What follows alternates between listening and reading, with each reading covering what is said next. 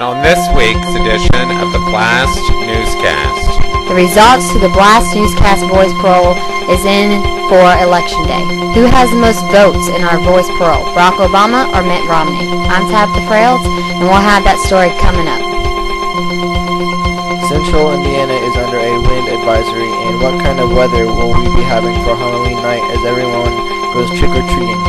I'm Levi, Bennington, and I'll have further details in this week's weather forecast.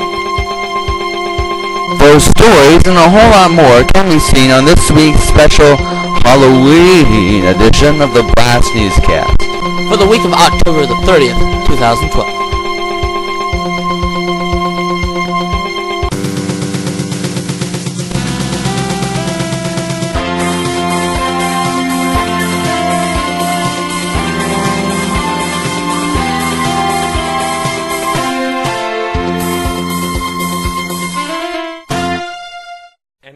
Coming to you live from our studios in Sharpsville, Indiana, Dustin Clifton and Jacob Pyle. Thank you, Chris Henry. Hello, and welcome to the BLAST Newscast. I'm Jacob Pyle. And I'm Dustin Clifton. Katie Folgenhauer has the week off. There's nothing wrong with your television set. Do not attempt to adjust the picture, and for those of you who are wondering, no, this is not an episode of The Outer Limits either. It's a special Halloween edition of the BLAST Newscast. Jacob actually got dressed up in Halloween costume for this occasion. Team BLAST is celebrating Halloween, mi amigos, and today you'll be amazed at all of the costumes that the kids are wearing, and we're celebrating it in style, because a little later in the newscast we're going to have a special guest telling us a spooky Halloween story. But first, in our other news, if you can recall, BLAST Newscast has put out a viewer poll asking everyone who they think should be the next president of the United States. Barack Obama or Mitt Romney? You've seen the debates, but now it's time to open the envelopes and reveal the results. We calculated the results, and now it's time to review who the most popular president should be. But first, here with a look at how things will be going for this election is BLAST Newscast reporter Tabatha Freyholtz. Thanks, Jacob. Election Day 2012 is nearing close, and we are anxiously waiting on who would be president. But before we reveal the results of our poll, a couple of footnotes. All votes and options stated will... opinions. My bad. Stated will remain anonymously unless specified otherwise. And the notes being made as Team BLAST Newscast presents coverage of election 2012 will not count towards the official tally of this year's presidential election. If you can recall, a couple of weeks ago, we asked this question to our Team BLAST members. Who do you think should be our next U.S. president? Barack Obama, who wishes for another 4-year term as president and hopes to have another second chance in setting this country straight, or Mitt Romney, who wishes to cut federal funding for public broadcasting and hopes to reduce taxes? Well, our results are in, and without further ado, our results to our viewer poll. Our winner is Mitt Romney. Thanks to everyone who has participated in our viewer poll, and let's hope that the best candidate wins. For the Team BLAST Newscast, I'm Tabatha Freyholtz. Thanks, Tabatha, for the report. As of right now, the polls are still calculating all the votes that are coming in. So may the best candidate win the fight as they head towards becoming our next U.S. president. And now with a look at our other headlines that are making news today is BLAST Newscast headline reporter J.R. Clifton. Thank you, Jacob. Hello, everyone. Here's our headlines for this week. On December 18th, BLAST Newscast is having its first annual BLAST Newscast Christmas Talent Extravaganza. And we are now booking special guests to appear on this special program. The only thing we ask is if you are singing, the song you're singing must have something to do with Christmas, and it must glorify God in some way. If you have a talent that you'd like to share with us, and you're not afraid to do it in front of a camera, let Jacob Pyle know. Come help us out as we present our very first annual BLAST Newscast Christmas Talent Extravaganza. Carson's Community Day coupons are now available at the cafe. If you are interested in selling Carson's Community Day coupons, see Kay or Howard at the cafe. On April 15th, Team BLAST will be leaving for Muncie, Indiana for Quiet the Fire 2013. The cost is $45. We'll be leaving on the 5th after school. and will be there part of that Friday and all day Saturday. Spots will be limited, so if interested, talk to Kendra or Desi because it will be first come, first serve. And finally, spots are filling up quick for next year's Big Stuff Church Camp in Panama City Beach, Florida. Put in your $50 deposit to secure your spot. Once your deposit is put in, the $50 will go off your church camp total. We only have 3 spots left. Once the 3 spots have been taken, we won't be able to fit anymore. So put your money in right away and get ready to do some fundraisers for Big Stuff Church Camp. Those are our headlines for this week. I'll be back at the end of the newscast for a preview of what you will see on next week's edition. But for now, I'm J.R. Clifton. Thank you, JR. And now it's time for our weather with our rain or shine weatherman, Levi Bennington. Hello, everyone. We've had a gusty winds hit us yesterday. In fact, the National Weather Service in Indianapolis has issued a windy advisory for portions of central Indiana, including Tipton County, among others. Winds are sustained north to northwest in excess of 25 to 35 miles per hour. Use extra caution when driving. So for today, expect heavy showers and gusty winds with a high of 43 degrees and a low of 35 degrees. Tomorrow, Halloween Day, expect partly cloudy skies and windy conditions with a high of 45 degrees and a low of 35 degrees. Make sure that the kids are bundled up as they go trick-or-treating. I'm Levi Bennington, and that's today's weather. I'm sick.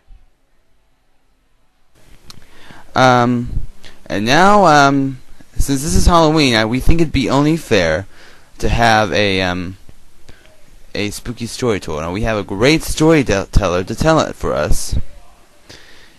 He is so great, in fact, it's not even funny. Ladies and gentlemen, here to read a story called Old Man Tucker is our BLAST Newscast announcer, Chris Henry. There were just the two of us, Mama and me. The only other relative we had was a cousin, old Granny Tucker. Mama never talked about Granny Tucker. We never visited her either, because Granny Tucker was a witch! Naturally, I was very curious to see Granny Tucker, and eventually I worked up enough courage to ask Mama if I could go visit her. When I asked Mama, she turned pale and white as a ghost, and for a long moment she couldn't even speak. I cannot allow you to go see Granny Tucker, I said. No child has ever returned alive from that house except me. I didn't say anything more that day. But every day after that, I continued to ask Mama if I could visit. Mama, please. Finally, Mama gave in. Want to go see Granny Tucker then? I'll leave the dogs out tonight. She told me that when I left. Something goes wrong at Granny's house. Whistle for them and they'll rescue you. I left the house, and after walking for an hour, came up to Granny's gate. She was standing outside waiting for me, a bent old woman with white hair and wicked black eyes. So, you have come with your old cousin, eh?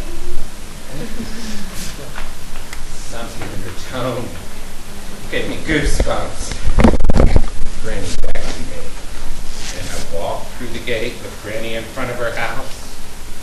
Her smile gave me chills and made me want to run away.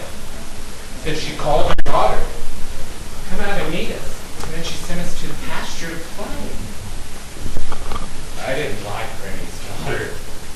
She was very rough. She liked to hurt me.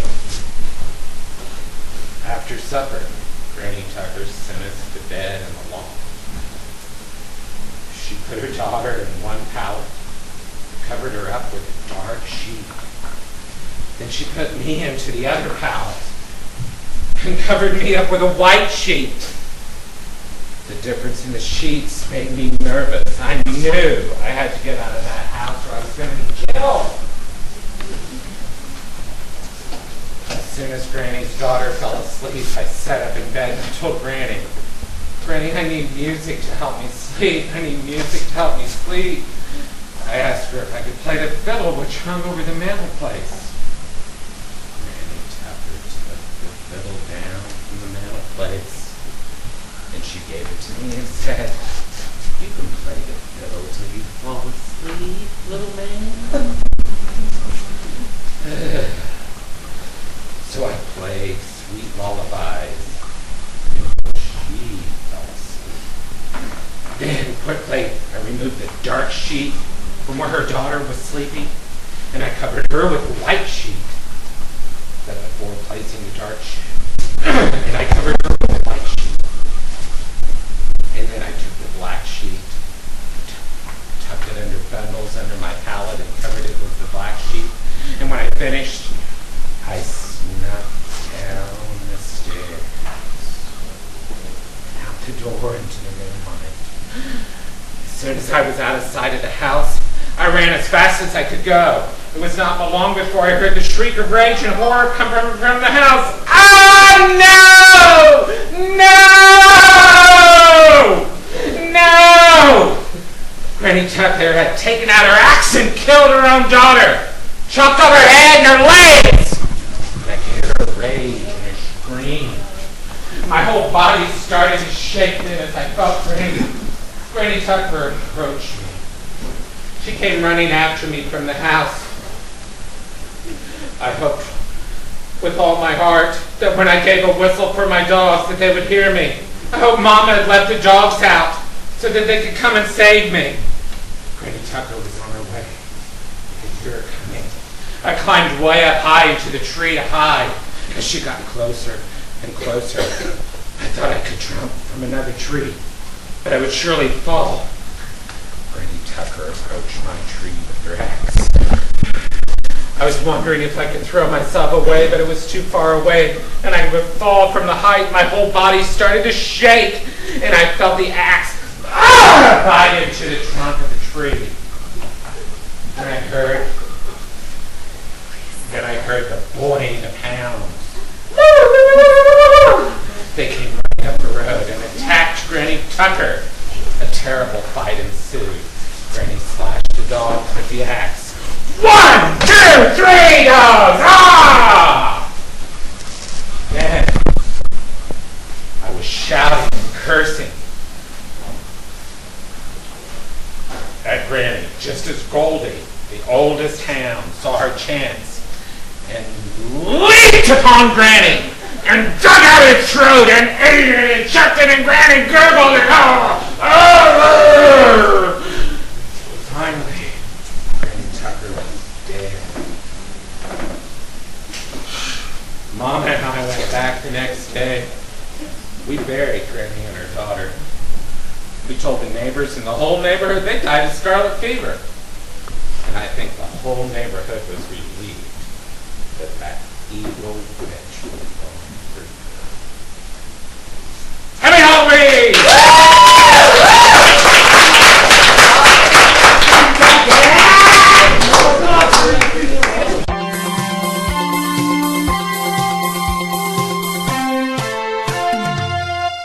Hey, looking for something to do on a weekday afternoon? Come up and join us for Teen Blast. Our address is 210 South Main Street here in Sharpsville, Indiana, 46068. Anyone 6th grade or older is welcome. We're open after school on Mondays and Wednesdays through Friday from 3 to 6, and Tuesdays from 3 to 9, with Tuesday service from 6:30 to 8:30. Come join us, won't you? And now with a look at what you'll be seeing on next week's newscast is BLAST Newscast headline reporter J.R. Clifton. Thanks, Jacob. On next week's edition of the BLAST Newscast, daylight savings time is here. But what is the true morning of daylight savings time? And who or what has the say of what states participate under this time constraint for the famous for the farmers every year. Those questions will be answered on our report, Do We Need Daylight Savings Time? That's coming up on next week's edition of the BLAST Newscast. I'm Jared Clifton. We'll see you then. Thank you, JR.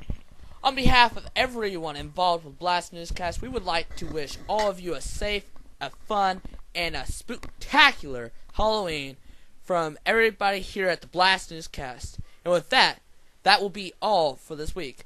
Thank you for joining in. I'm Dustin Clifton.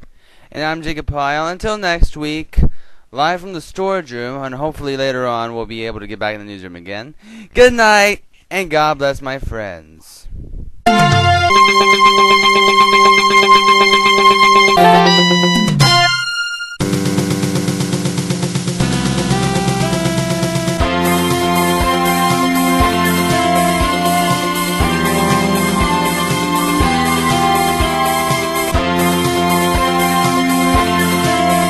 This is Chris Henry speaking. The BLAST Newscast has been pre-recorded for future airing.